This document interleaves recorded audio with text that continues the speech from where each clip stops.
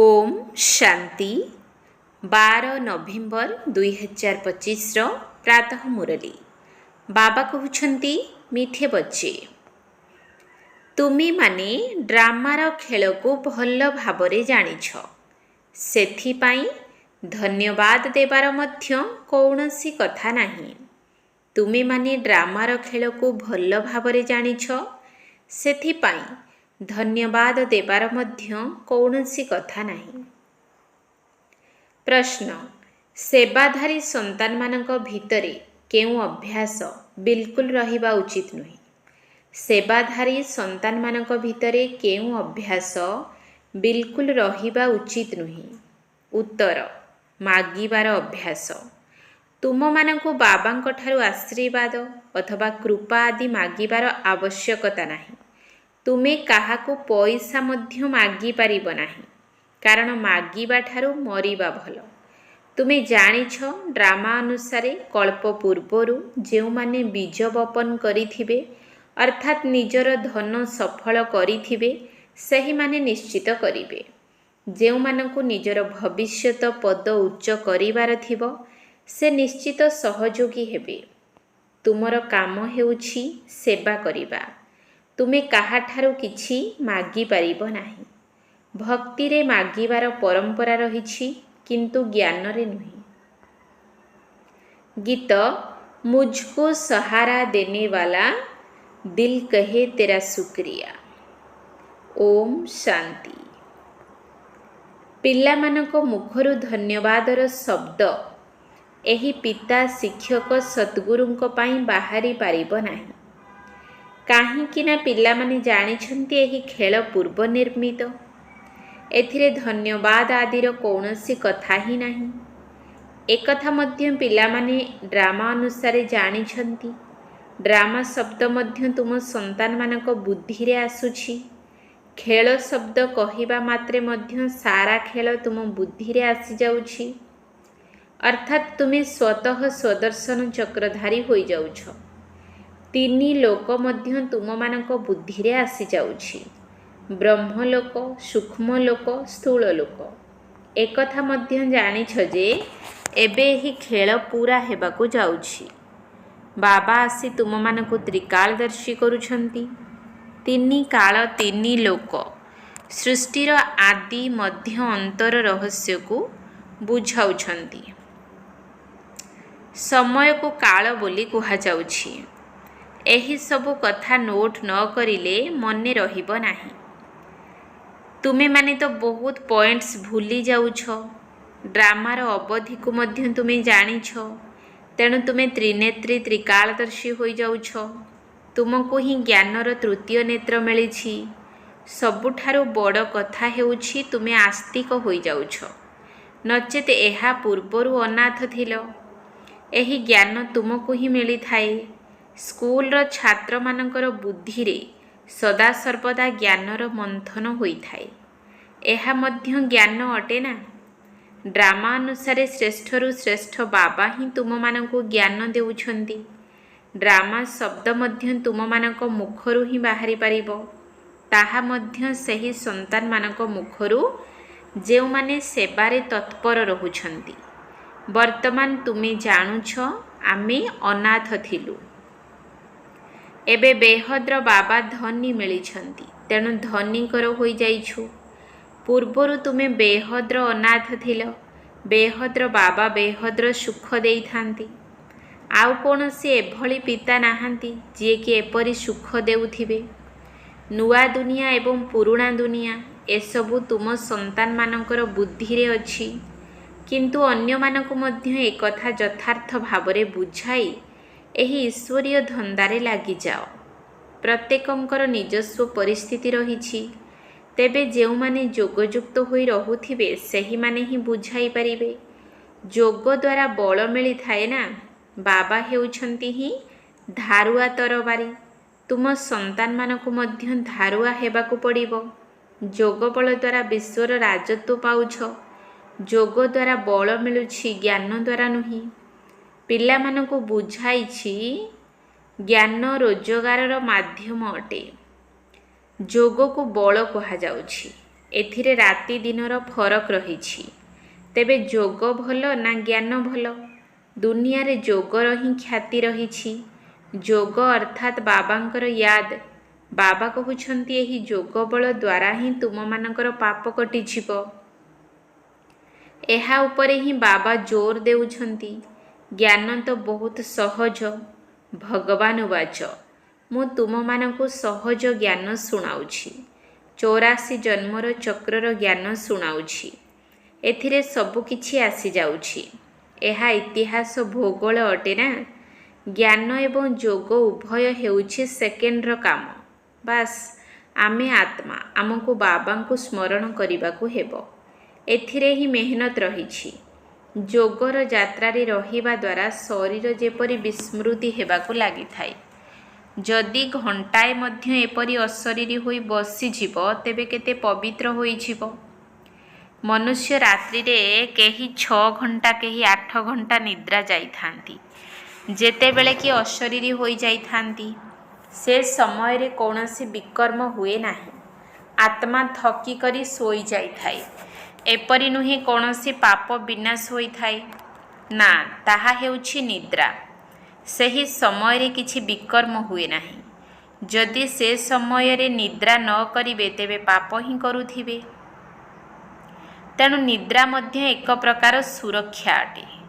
ସାରା ଦିନ ସେବା କରି କରି ଆତ୍ମା କହେ ମୁଁ ଏବେ ଶୋଇଯାଉଛି, ଅଶରୀରୀ ହୋଇଯାଉଛି। ଏବେ ତ ଶରୀର ଥାଇ ମଧ୍ୟ ତୁମକୁ ଅଶରୀରୀ ହେବାକୁ ପଡ଼ିବ। ମୁଁ ଆତ୍ମା ଏହି ଶରୀରରୁ ଅଲଗା ଶାନ୍ତ ସ୍ୱରୂପ ଅଟେ। ଆତ୍ମାର ମହିମା କେବେ ହେଲେ ଶୁଣି ନଥିବେ। ଆତ୍ମା ସତ୍‌ଚିତ୍ ଆନନ୍ଦ ସ୍ୱରୂପ ଅଟେ। ପରମାତ୍ମାଙ୍କର ମହିମାର ଗାୟନ କରିଥାନ୍ତି କି ସିଏ ସତ୍ୟ ଅଟନ୍ତି, ଚୈତନ୍ୟ ଅଟନ୍ତି, ସୁଖ ଶାନ୍ତିର ସାଗର ଅଟନ୍ତି। ଏବେ ତୁମକୁ ତାର ମାଷ୍ଟର କୁହାଯିବ। ପିଲାକୁ ମାଷ୍ଟର ମଧ୍ୟ କହିଥାନ୍ତି। ତେଣୁ ବାବା ଯୁକ୍ତିମାନ ମଧ୍ୟ ବତାଇ ଚାଲିଛନ୍ତି। ଏପରି ନୁହେଁ ଯେ ସାରା ଦିନ ନିଦ୍ରାରେ ରହିବ। ନା, ତୁମକୁ ତ ଯୋଗଯୁକ୍ତ ହୋଇ ପାପଗୁଡ଼ିକର ବିନାଶ କରିବାକୁ ହେବ। ଯେତେ ଦୂର ସମ୍ଭବ ବାବାଙ୍କୁ ମନେ ପକାଇବାକୁ ହେବ। ଏପରି ମଧ୍ୟ ନୁହେଁ ଯେ ବାବା ଆମ ଉପରେ ଦୟା ଅଥବା କୃପା କରୁଛନ୍ତି। ନା, ତାଙ୍କର ଏହି ଗାୟନ ରହିଛି, ଦୟାଳୁ ବାଦଶାହ। ତମୋ ପ୍ରଧାନରୁ ସତୋ ପ୍ରଧାନ କରିବା ଏହା ମଧ୍ୟ ତାଙ୍କର ପାର୍ଟ ଅଟେ। ଭକ୍ତମାନେ କେବଳ ମହିମାର ଗାୟନ କରିଥାନ୍ତି। ତୁମକୁ କେବଳ ମହିମାର ଗାୟନ କରିବାର ନାହିଁ। ସେଥିପାଇଁ ଦିନକୁ ଦିନ ଗୀତ ଆଦି ମଧ୍ୟ ବନ୍ଦ ହୋଇଯାଉଛି। ସ୍କୁଲରେ କ'ଣ କେବେ ଗୀତର ଗାୟନ କରାଯାଏ କି? ପିଲାମାନେ ଶାନ୍ତିରେ ବସି ରହିଥାନ୍ତି। ଶିକ୍ଷକ ଆସିଲେ ଉଠି ଛିଡ଼ା ହୋଇଯାଆନ୍ତି, ପୁଣି ବସିଯାଆନ୍ତି। ଏହି ବାବା କହୁଛନ୍ତି ମୋତେ ତ ପାଠ ପଢ଼ାଇବାର ପାଠ ମିଳିଛି, ତେଣୁ ପାଠ ପଢ଼ାଇବାକୁ ହିଁ ହେବ। ତୁମ ସନ୍ତାନମାନଙ୍କୁ ଉଠିବାର ଦରକାର ନାହିଁ। ଆତ୍ମାକୁ ବସି ଶୁଣିବାକୁ ପଡ଼ିବ। ତୁମର କଥା ହିଁ ସାରା ଦୁନିଆ ଠାରୁ ନିଆରା ଅଟେ। ପିଲାମାନଙ୍କୁ କ'ଣ କହିବେ କି ତୁମେ ଉଠ? ନା, ତାହା ତ ଭକ୍ତି ମାର୍ଗରେ କରୁଛନ୍ତି। ଏଠାରେ ନୁହେଁ, ବାବା ତ ନିଜେ ଉଠି ନମସ୍କାର କରୁଛନ୍ତି। ସ୍କୁଲରେ ଯଦି ପିଲାମାନେ ଡେରିରେ ଆସିଲେ ଶିକ୍ଷକ ନିୟମ ଲାଗୁ କରିଦିଅନ୍ତି। ତାଙ୍କୁ ବାହାରେ ଛିଡ଼ା କରିଦେବେ।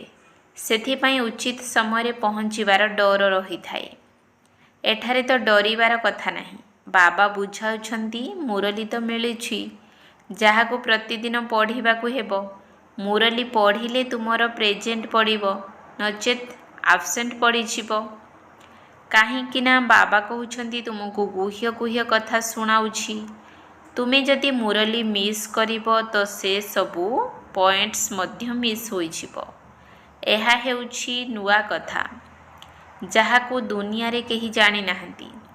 ମନୁଷ୍ୟମାନେ ତୁମ ଚିତ୍ର ଦେଖି ଚକିତ ହୋଇଯାଉଛନ୍ତି, କାରଣ ଏହା କୌଣସି ଶାସ୍ତ୍ରରେ ନାହିଁ। ଭଗବାନ ଶିବ ବାବା ନିଜେ ଏହି ସବୁ ଚିତ୍ର କରାଇଥିଲେ। ତୁମର ଏହା ନୂଆ ଚିତ୍ରଶାଳା।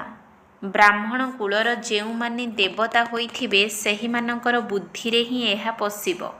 କହିବେ ଏହା ତ ଠିକ୍ କଥା। କଳ୍ପ ପୂର୍ବରୁ ମଧ୍ୟ ଆମେ ଏହି ପାଠ ପଢ଼ିଥିଲୁ। ଏହି ପାଠ ନିଶ୍ଚିତ ଭଗବାନ ହିଁ ପଢ଼ାଉଛନ୍ତି। ଭକ୍ତି ମାର୍ଗର ଶାସ୍ତ୍ରରେ ପ୍ରଥମ ନମ୍ବରରେ ଗୀତା ହିଁ ରହିଛି, କାହିଁକିନା ଏହା ହେଉଛି ପ୍ରଥମ ଧର୍ମ।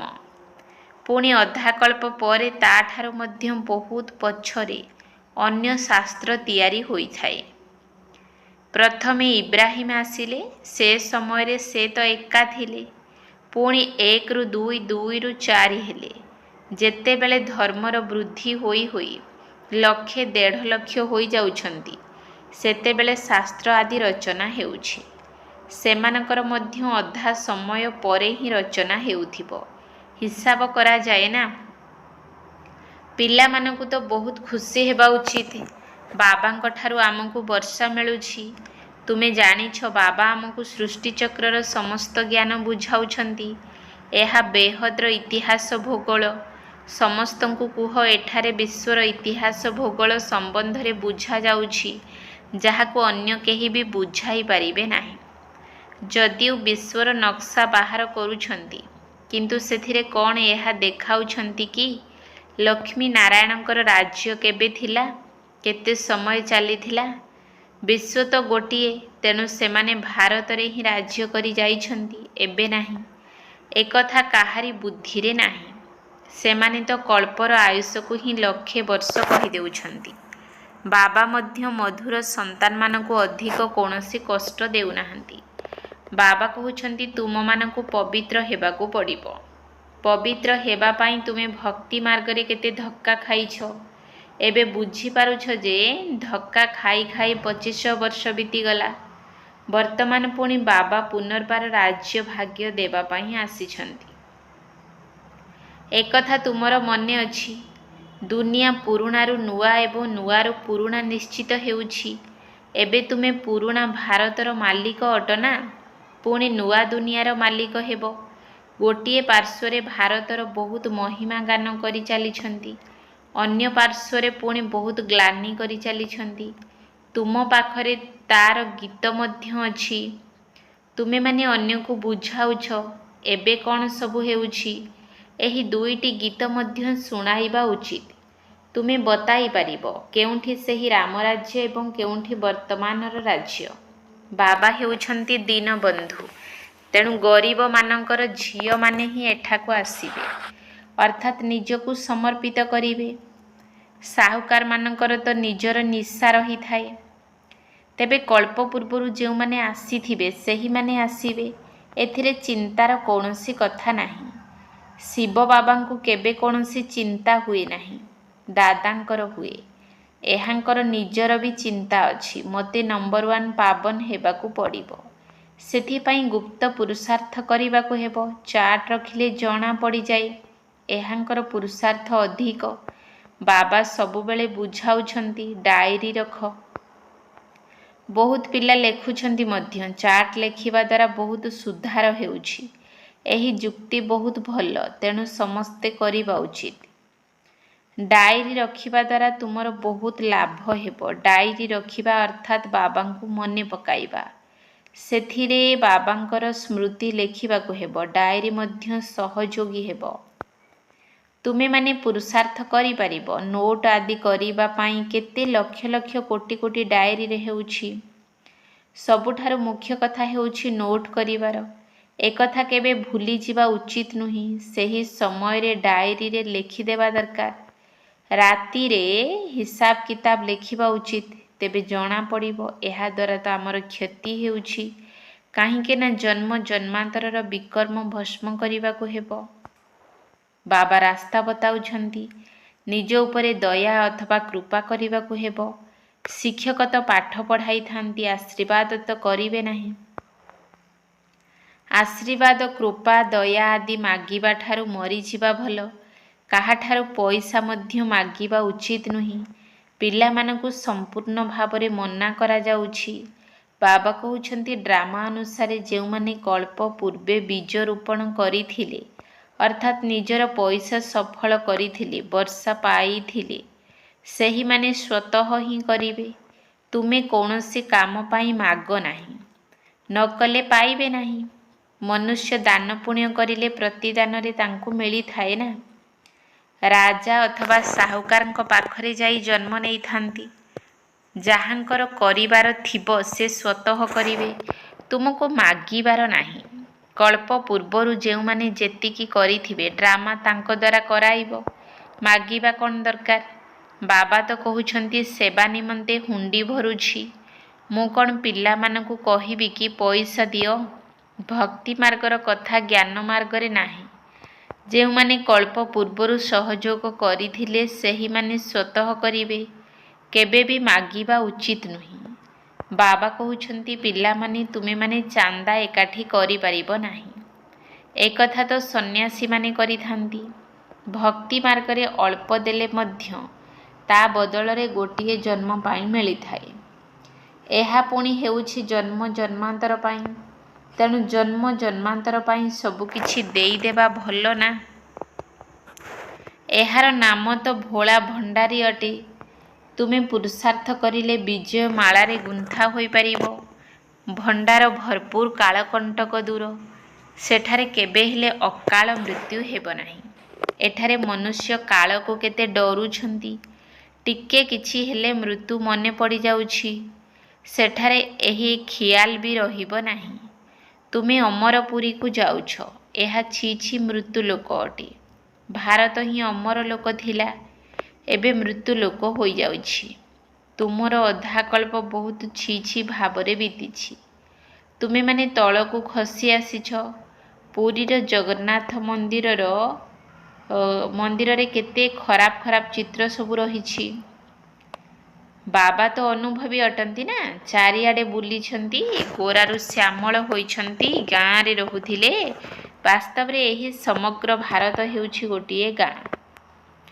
ତୁମେ ଗାଁର ପିଲା। ଏବେ ତୁମେ ଜାଣୁଛ ଆମେ ବିଶ୍ୱର ମାଲିକ ହେଉଛୁ। ଏପରି ଭାବିବା ଉଚିତ ନୁହେଁ କି ମୁଁ ତ ବମ୍ବେରେ ରହୁଛି, ବମ୍ବେ ମଧ୍ୟ ସ୍ୱର୍ଗ ଆଗରେ କ'ଣ? କିଛି ବି ନୁହେଁ, ଗୋଟିଏ ପଥର ମଧ୍ୟ ନୁହେଁ। ଆମେ ଗାଁର ପିଲାମାନେ ନିର୍ଧନ ଅନାଥ ହୋଇଯାଇଛୁ।